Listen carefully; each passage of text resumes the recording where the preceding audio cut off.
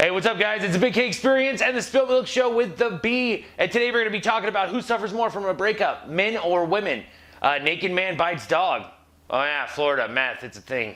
And federal site gets hacked by who? Iran. Dang, all coming up.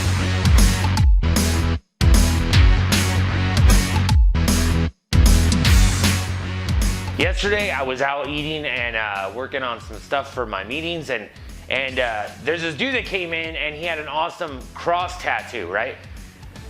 Well, I want to get a tattoo on my arm right here that has a cross and says, created in his image, what kind of man should I be? Because I want to know what kind of world I should create around me, you know, what kind of world I would like to live in. If it's a world where people can I'm not saying like praise as in, you know, praise, but like when I pass, will my nieces and nephews, because I have no kids, say, oh, he was such a great guy, oh, we loved him, and or to my great nieces and nephews or whatever, will they talk highly of me? And that's the kind of world I want to live in. I want to create a better version of me. I want to create better people, you know, around me. And so when I saw this dude, I was going to ask him about the cross. However, the cross tattoo is on his face. So I don't know about you guys, but I normally don't aspire to the same things as somebody with a cross tattoo on their face, or a face tattoo in general. Like every time I see someone with a face tattoo, I realize their life goals do not mesh with mine most of the time, you know, because like you stand out like a sore thumb. I don't know what kind of job you're planning on getting with a face tattoo, but I mean, unless you're a tattoo artist and want to show off your work, I get that. That makes sense completely. But I mean, if you're like a regular Joe and trying to get a job somewhere, putting tattoos on your face, probably not the smartest idea in the world, unless you're thug or, you know, you don't care. So that's why now, don't get me wrong, he could be reformed, he could be a youth pastor or one of those, you know, not so normal churches, you know, that really do help people. I'm not gonna lie to you, but I don't know that, so I'm not willy-nilly gonna walk up to him and be like, hey, face tattoo guy, where'd you get that cross tattoo? Because the cross tattoo did look legit. Like, I gotta give him a thumbs up on that. It was a cool tattoo. But nevertheless, I do want to get that tattoo because I do want to create a better world around me. I want to create a better version of myself. I want to destroy the things about me that I don't agree with. And that's what I've been doing for these past couple of years, is finding out who I am and what kind of person I want to be. And that's what I do at my meetings. That's what I do when I'm out and about. I'm watching shows that maybe have something to do. Actually, that's a lie. I don't watch anything. I just try to do it. I just try to learn from the things around me and pay attention. That's really what makes the difference. Like when I notice that people around me have an effect on my life, whether I know them or not. Like they could have been in a really good mood, which puts the guy in a really good mood, who makes my coffee, who made my coffee all legit, or, you know, put Jasmine in a good mood like Jesse does. And so when you go to Human Being, you know that your coffee's gonna have a nice little fudge swirl on the top and it's gonna look all fantastic. And I know those people, but I'm saying, like, there's people around you every day that affect your life and you have no idea. And it could be in a positive way. That's why when that lady cut me off in Walmart, I thought, well, she might have cut me off, but she might be in a hurry to help someone else who's gonna help someone else who's gonna end up helping me. Did you know Valley View Medical Center's mission is making communities healthier? We do that by offering a spectrum of services locally. Procedures for gastroenterology, orthopedic, ear, nose, and throat, pulmonary, women's health, and more are performed at the medical center. Whether inpatient or outpatient, you can confidently stay close to home for your joint replacement, colonoscopy, or ENT procedures. To learn more, go to valleyviewmedicalcenter.net. All right, so who suffers from a breakup more? It turns out 25% more men suffer from love sickness than women of a relationship's demise. The biggest problems with love is that sometimes it doesn't last. When love comes to an end, the effects of losing the person are devastating. Yeah, I get that. There's nothing more painful than losing the person you love and then having to pick up the pieces and function in the world without them. So sad. Whether you call heartbreak or lovesick, it still means the same thing. Something is missing, and that something isn't coming back. Well, that's obviously true. I mean, the person's missing, so I get it. Like, you're a little upset over that whole ordeal. Plus, it's repetition, man. When you have something in your life for such a long time and then it just disappears, that sucks. All right? It's just the way that it is. A recent survey by Elite Singles found that when it came to being lovesick, it's the guys who suffer the most. Of the 95% of those surveyed who admitted to being lovesick at some point in their lives, 25% more men suffer from love sickness than women at a relationship's demise.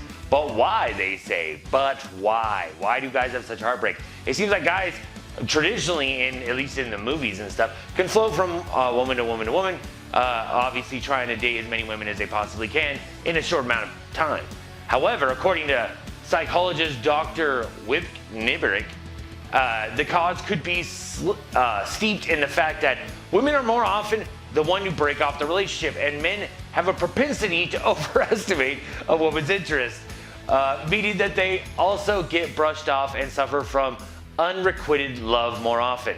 Unrequited love, if you don't know what that means, it means like a non-returned love. You might love them, but they do not love you. Which is okay, actually, to love someone without them loving you. I've realized that because I'm a stalker. No, I'm just kidding. Because of the fact that I've seen people be in love with someone then they have no interest in loving them back. However, I do believe relationships can still last on that, and let me tell you how. Because there's certain people on this planet that love to be loved. So they will love that idea, and then you love them. So the love is there, right? Now, if that love will evolve to where they love you because of the fact that you love them, that seems to be seen. But the idea that you can love someone and feel good about yourself, why not? If you have love in your life, that's good. Now, if it's causing you detriment or it's making you feel sorry for yourself, then you should probably stop. But you bitches just be breaking up with fellas left and right, leaving them lovesick. You're destroying lives. Anyways, yeah, I guess it's men that get more lovesick. Women are the action starters. They're the ones that go, nope, we're done. You suck.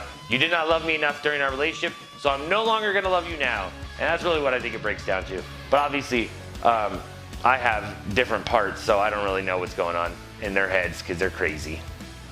Now let me introduce you to Russia's strongest 11-year-old. It sounds like a carnival act, but it's not. This kid is strong, dude. He's going to make you feel bad about yourself. You ready? Let's go. While most 11-year-old boys are mostly concerned with school, video games, and surfing the web, Timothy Klavakin, see, Russian names always sound so hateful. Timothy Klavakin. It sounds like he should learn how to fight sometime in his life. I'm just saying, he needs to be a professional anything, and he's a professional weightlifter right now. A boy from rural Russia is busy training in the gym and breaking weightlifting records.